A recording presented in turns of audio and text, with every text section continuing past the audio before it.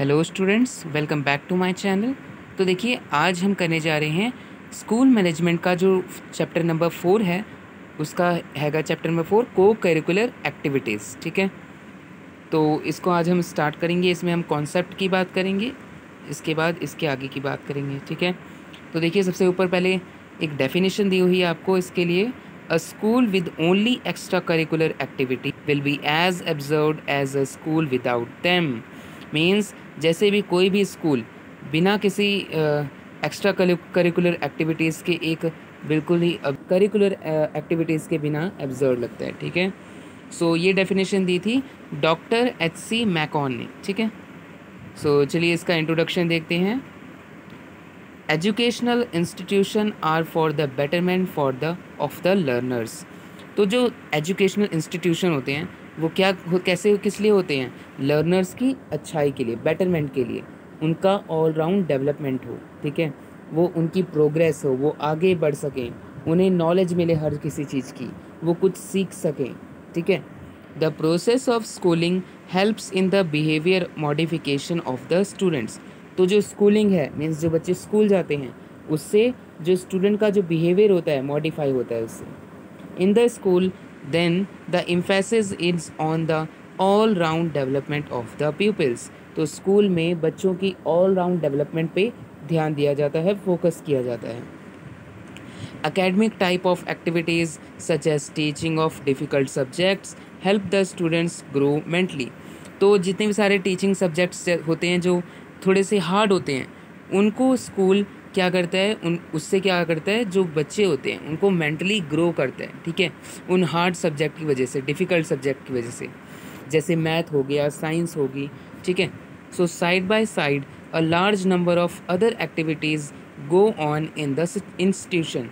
तो इसके साथ साथ में अलग एक्स्ट्रा एक्टिविटीज़ भी इंस्टीट्यूशन में चलती रहती हैं। ठीक है, the students participate in them sometimes knowingly under the direction of the school authorities and sometimes they go on attending the same without giving much thought to them. तो जो बच्चे होते हैं इसमें जानकर उसमें पार्टिसिपेट करते हैं under the direction of authorities, means उनकी देख रेख में, और कभी कभी बच्चों को पता भी नहीं चलता और वो उस एक्टिविटी में पार्टिसिपेट करते हैं। So and at later stage they find themselves benefited immensely by it. और बच्चों को बाद में पता चलता है कि उनसे, उन सारी एक्टिविटीज़ से उनको कितना फ़ायदा हुआ है। For example, the student attend morning assembly compulsory. तो जैसे कि एग्जाम्पल के लिए हम देख लेते हैं, जैसे जो बच्चे होते हैं, स्टूडेंट होते हैं, उनको मॉर्निंग असेंबली जो होती है वो कंपलसरी अटेंड करना पड़ता है। ठीक है, सो अब बच्चों को लगता है ये चीज़ मतलब कि गलत है, ये कंपलसरी नहीं करना चाहिए, लेकिन अननोइंगली उनकी जो डेवलपमेंट है वो होती है। There a few students are asked to present thought news for the day और some speech on some special occasion.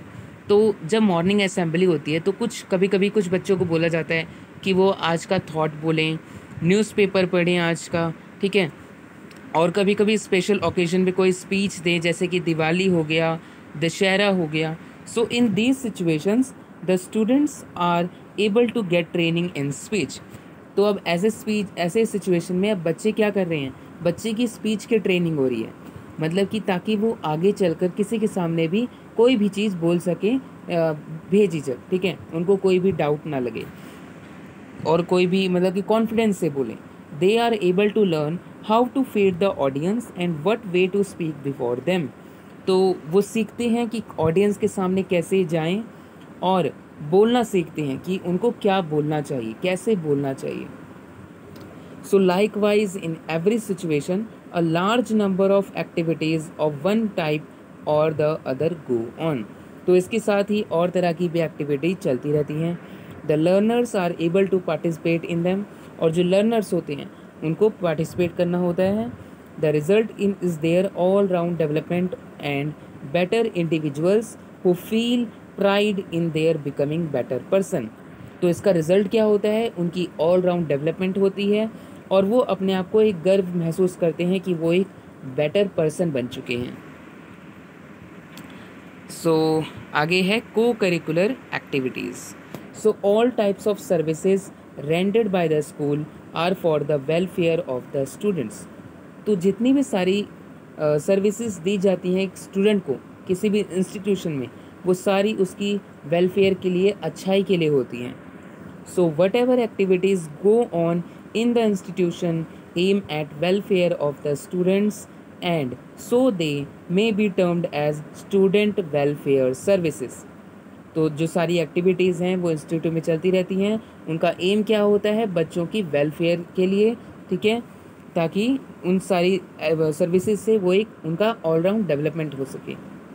Shall we say that the different activities like games, declamation contest, dancing competition, on the sport painting competition, mass PT, etc. are extra activities and they have nothing to do with the studies of the student? तो क्या ऐसा है? तो जितनी भी सारी activities होती हैं वो स्टडीज़ से अलग होती हैं, उनसे रिलेटेड नहीं होती हैं? नहीं। Oh no, the school curriculum of today differ widely from that the past. तो जो स्कूल करिकुलम है वो पिछले से पास्ट से काफ़ी अलग हो चुका है। पहले क्या था? In the past study was the main purpose behind the establishment of the student. पहले क्या किया जाता था? सिर्फ स्टडी पे फोकस किया जाता था। 3 आवर्स पे फोकस किया जाता था, रीडिंग, राइटिंग और अर्थमेटिक मीन्स थोड़ी बहुत, जैसे एडिशन हो गया, सब्ट्रैक्शन हो गया, ये सारी मैथ्स। लेकिन आजकल बच्चों को क्या किस लिए किया जाता है तैयार? ऑल राउंड डेवलपमेंट के लिए, ठीक है। सो पहले तो यही समझा जाता था कि रीडिंग, राइटिंग, अर्थमेटिक यही इंपॉर्टेंट है स्टूडेंट के लिए। Anything they did not pertain to 3 hours was considered to be deviate, और जो भी इन 3 आवर्स के अलग होता था उनको अच्छा नहीं माना जाता था। Hence that actually was considered to be some extra type of activities, इसलिए उन्हें थोड़ा एक्स्ट्रा टाइप ऑफ एक्टिविटीज़ माना जाता था। द स्टूडेंट्स मे और may not take interest in that activity. तो जो बच्चे होते थे उनको उसमें कभी इंटरेस्ट होता था, कभी नहीं होता था। The teacher may make it successful और नॉट। तो जो टीचर थे उसको सक्सेसफुल बनाते थे, कभी नहीं बनाते थे। So moreover those activities were scheduled to be held after the school hours. और वो जो एक्टिविटीज़ थी वो स्कूल आवर्स के बाद करवाई जाती थी ज़्यादातर। Thus all those activities were called extra curricular, इसलिए उन्हें एक्स्ट्रा करिकुलर एक्टिविटीज़ बोला जाता था। So they were interpreted in that sense by everybody and they were scheduled to take place in the extra time if available at the convenience of the school authorities. इसलिए उन्हें extra curricular activities बोला जाता था क्योंकि वो school hours के बाद में करवाई जाती थी, ठीक है। सो चेंजिंग कॉन्सेप्ट को करिकुलर एक्टिविटीज़, लेकिन जो आज का टाइम है वो चेंज हो चुका है, ठीक है। अब जो एजुकेशन है वो 3 आवर के आसपास नहीं घूमती है, means reading, writing and arithmetic. आजकल जो कॉन्सेप्ट होता है वो होता है all round development of a person का, ठीक है। अब मॉडर्न टाइम्स में जो 3 आवर्स को हम नॉलेज कंसिडर करते थे वो इनकम्प्लीट एजुकेशन है, ठीक है।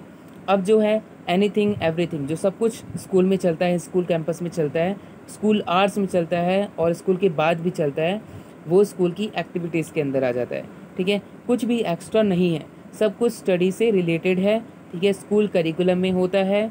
और हम ये बहुत ही मुश्किल से अलग कर पाते हैं कि करिकुलर एक्टिविटीज़ और एक्स्ट्रा करिकुलर एक्टिविटीज़ को, ठीक है, क्योंकि आजकल सभी स्टडीज़ से रिलेटेड होता है।